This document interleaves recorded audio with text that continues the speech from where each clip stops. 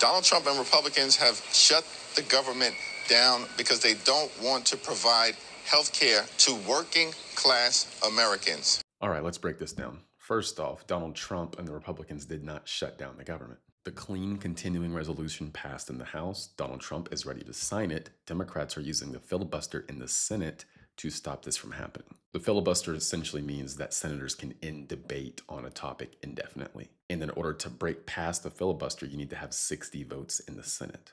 So Democrats are quite literally causing a shutdown because they want more spending on healthcare. But again, a clean continuing resolution is already passed in the House. Democrats are blocking it in the Senate. When I say clean, it essentially just means that they're going to continue to fund the government at its current levels just to keep the lights on. No policy change is not adding anything, just keeping it clean to keep people paid and keep the government operating. Democrats are saying no to that, and they're trying to use that as leverage to get policy changes because Congress controls the purse. So they're using this continuing resolution as leverage to get what they want. They're trying to jam their policies into a resolution to keep the government running. But now that I've said that, let's go back to what Hakeem Jeffries said again.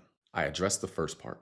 Democrats have essentially stuck a piece of metal in the gears that were turning and are now blaming the gears. But let's get to the second half of what he said. Donald Trump and Republicans have shut the government down because they don't want to provide health care to working class Americans. That's a lie. We already addressed how they didn't shut the government down. Second off, he does want health care for working class Americans. They're talking about the cuts over the next 10 years that are happening with Medicaid. Now, mind you, around 90% of people are still expected to be covered. Do you know who the number one target of these cuts are? Able-bodied adults aged 19 through 64 without disabilities, dependents, or other exemptions. They are increasing work requirements for these individuals in order for them to qualify.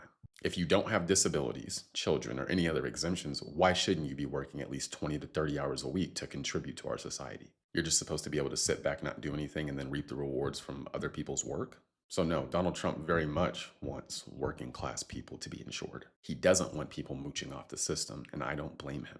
Also, of our federal budget, about 13% of it goes to just interest on debt. Just for context, Medicare is 14% of our budget. So 13% of our budget is going to interest payments, and that rate is accelerating. So the government has to do something to get this interest under control. If they don't get interest payments under control, our government will spend more and more money on interest payments, and we won't have money for all these entitlement programs or our defense. So the government has to figure out a way to take on less debt and having more money to take on interest payments. The money has to come from somewhere. They're looking after the financial health of our nation. Don't forget about my Substack. It's a free email newsletter. I give you morning updates here and things like this in more detail. The link is in my profile. Just go there, drop your email in, you'll be good to go.